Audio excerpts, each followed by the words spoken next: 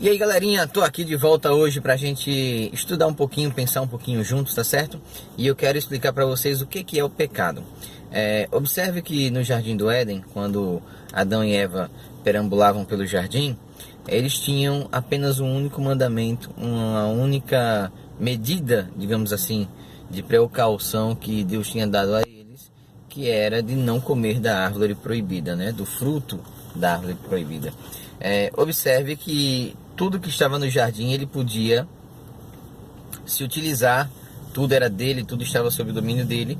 A única exigência que Deus fez foi: não coma do fruto desta árvore. Ora, o que é o pecado? O pecado nada mais é do que toda e qualquer norma ou lei divina pré-estabelecida que eu, na condição de homem, eu quebro. Então, qual era a lei do Jardim do Éden? Era não comer do fruto daquela árvore. A partir do momento que Adão come o fruto daquela árvore, ele quebra a única lei que existia e, portanto, ele se torna pecador.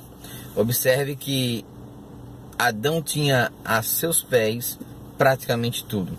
Observe que o jardim era farto, o jardim tinha comida, o jardim era bonito, o jardim era bem regado. A Bíblia diz que 4 rios regavam o jardim, né? Se dividiam em 4 braços, eram Pison, Gion, Tigre e Eufrates. Veja que Adão tinha todo o privilégio que uma pessoa poderia querer. Se nós formos olhar hoje com os olhos humanos, né, puramente humanos, nós podemos ver claramente que Adão vivia num paraíso de fato e de direito. Ele tinha absolutamente tudo aos seus pés, sem custo, sem nenhuma das atividades humanas que a gente hoje conhece, que é extremamente capitalista. Era tudo dele, tudo controlado por ele.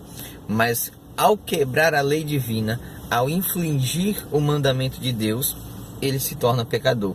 Então o pecado nada mais é do que a quebra da lei. Observe que naquele momento Adão era um ser perfeito. Não havia ainda conhecido o pecado, não havia ainda se corrompido, e ele comete o pecado nesse estado de perfeição, nesse estado onde ele havia adquirido de Deus, diretamente de Deus, um corpo isento do pecado, porque ainda não havia se manifestado o pecado à humanidade. Então Adão, naquele momento, ele quebra aquela lei. Ao quebrar a lei, ele traz sobre ele a maldição do pecado.